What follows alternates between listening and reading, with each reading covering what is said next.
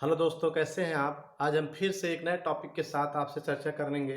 ठीक है, तो आज का हमारा जो टॉपिक है सॉलिड का पार्ट 5 लेकर आपके सामने हाजिर है, जिसके प्रमुख बिंदु का नाम है, प्रमुख टॉपिक का नाम है जालक बिंदु। अर्थात आज हम जालक बिंदु के बारे में सीखेंगे कि जालक बिंदु किसे कहते हैं, अर्थात what do mean by lattice point. तो दैट सिंपल। पिछले टॉपिक में आपने यूनिट सेल पढ़ा था, यूनिट सेल के प्रकार पढ़े थे, अर्थात इकाई सेल पढ़ा था। तो वहां मैंने क्लियर किया था कि इकाई सेल के कोनों पर एक बिंदु होता है, आपने देखा होगा। ठीक है, 8 कोनों पर एक बिंदु है, वैसी बिंदु को हम जालक बिंदु कहते हैं। बट इसकी डिफिनेशन देखिए ब्लैक बोर्ड पर कि इकाई सेल के कोनों पर, ठीक है, किसके, इकाई सेल। इकाई सेल का मतलब ये, इकाई सेल के कोनों पर पाए जाने वाले बिंदु को जालक बिंदु कहते हैं। ठीक है, ये मान लीजिए यूनिट सेल है, आपने पिछले टॉपिक पढ़ा। यूनिट सेल के कोनों पर अगर आप देखें तो ये क्या है, यही जालक बिंदु। जो 8 कोनों पर आप बिंदु दिख रहे हैं, इसी को हम जालक बिंदु अर्थात लैटिस पॉइंट कहते हैं। अब एक कॉमन सा यहाँ पर क्वेश्चन उठता है कि इकाई सेल 3 प्रकार पड़े, एससीसी, बीसीसी, एफसीसी। तो तीनों प्रकार के इकाई सेलों में क्या जालक बिंदुओं की संख्या सेम होती है या अलग अलग होती है। तो आइए हम देखते हैं यहाँ पर। ठीक है, कि जो यहाँ पर पहला है आपका एससीसी। एससीसी में जो जालक बिंदु 6 और बीसीसी में 8 जालक बिंदु होते हैं, और एफसीसी में जो है 12 जालक बिंदु होते हैं। ठीक है,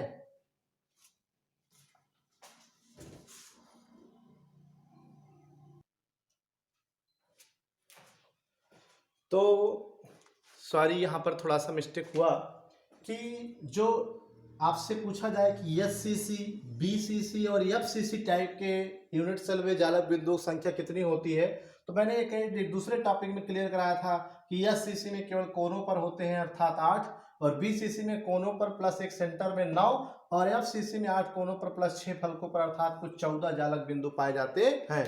तो आप इसे नोट कर लीजिएगा, ये पूछा जाता है और ये सवाल लगाते समय भी आपसे पूछा जाएगा या फिर आप पे काम भी आएगा कि एससीसी अगर कहा जाए तो 8, बीसीसी कहा जाए तो 8 प्लस 1 9, और एफसीसी कहा जाए तो 14। इस प्रकार से आपने देखा जालक बिंदु क्या है और इसकी संख्या कितनी होती है विभिन्न एकक सेलों में। ठीक है, अब इसी के साथ हम नेक्स्ट टॉपिक पर अपने चलते हैं, जिसका नाम है, ठीक है, नेक्स्ट टॉपिक की ओर चलेंगे। तो नेक्स्ट टॉपिक के अंतर्गत हम लोग पढ़ेंगे समन्वय क्रिस्टल जालक पढ़ेंगे। क्या पढ़ेंगे, क्रिस्टल जालक।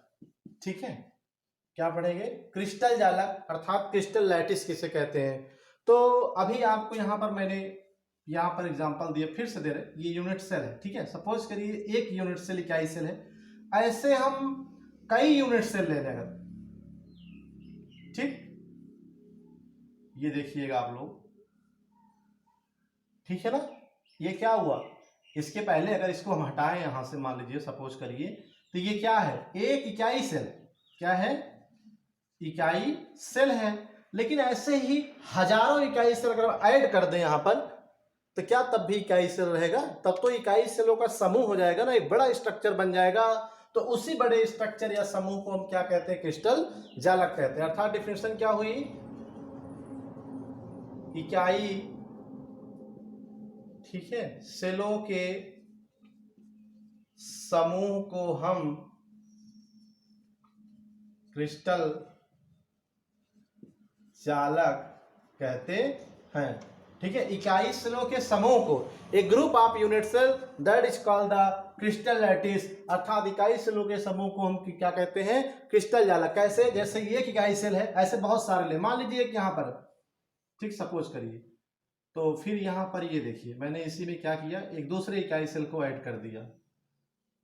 ठीक है, ऐड कर दिया ना। फिर ऐसे ही आप देखिए, ये एक और इकाई सेल को मैंने यहां पर ऐड कर दिया, ये देखिए। ठीक है, तो इस तरह से ऐसे नंबर ऑफ यूनिट सेल अगर रिपीट होते जाएंगे, एक बड़ा सा स्ट्रक्चर कुछ इस टाइप का आपसा बन जाएगा। ठीक है, कुछ इस टाइप से ऐसे बनता हुआ चला जाएगा, एक जाल के समान संरचना बन जाएगी। इसे ही टोटल हम क्या कहते हैं, क्रिस्टल जालक कहेंगे। ठीक है, अगर एक है तो यूनिट सेल, अगर कई आपस में समराय मिल जा रहे हैं, मिलकर एक ओवरऑल स्ट्रक्चर बना रहे हैं, तो उसे हम क्रिस्टल जालक कहते हैं। ठीक है, ये भी क्लियर हो गया होगा। अब आगे चलते हैं।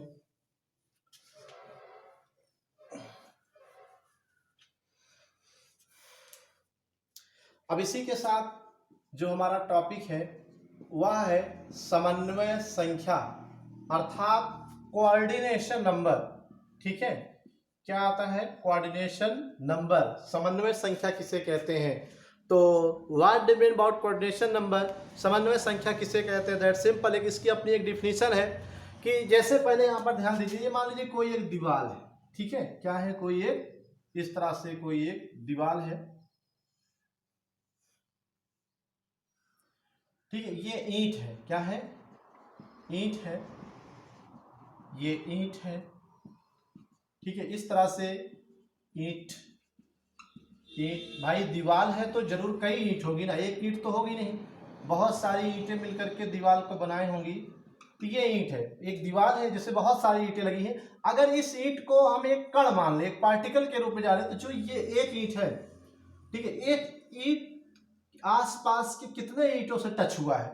अगर इसको देखें, इससे भी टच हुआ है, इससे भी टच हुआ है, इससे भी टच हुआ है, इससे भी टच हुआ है, इससे भी टच हुआ है, इससे भी टच हुआ है, इससे भी टच हुआ और इससे भी टच हुआ है।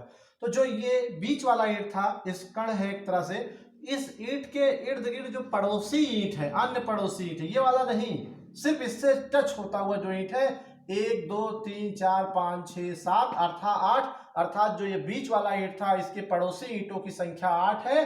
तो हम कह सकते हैं कि इसकी समन्वय संख्या अगर आपसे पूछी जाए बीच वाले की, तो आप कह सकते हो कि 8 है। अर्थात